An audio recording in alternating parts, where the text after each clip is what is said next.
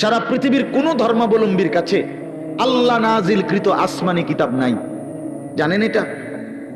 মুসা আলাইহিস সালামের উপরে যে তাওরাত নাজিল হয়েছিল, এখন মুসা নবীর অনুসারী যে ইহুদিরা দাবিদার, তাদের কাছে আল্লাহ নাজিলকৃত কিতাব যেটা, ওইটার কোনো আসলি কপি, মূল কোনো কপি আল্লাহর কসম পৃথিবীতে নাই।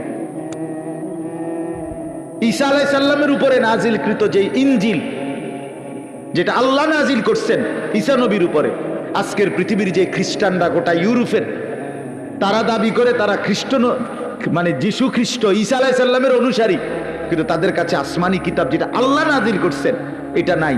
যেটা তারা মানুষের দেয় ইনজিল, কিতাবুল মুকাদ্দাস, বাইবেল, এটি তাদের বানায় না। হ্যাঁ, হেরাই স্বীকার করে, এটা আমার কথা না, বোঝেন নাই আমার কথাটা? ওরাই স্বীকার করে যে এটা আমাদের খ্রিস্টের 600 বছর পরে, 1000 বছর পরে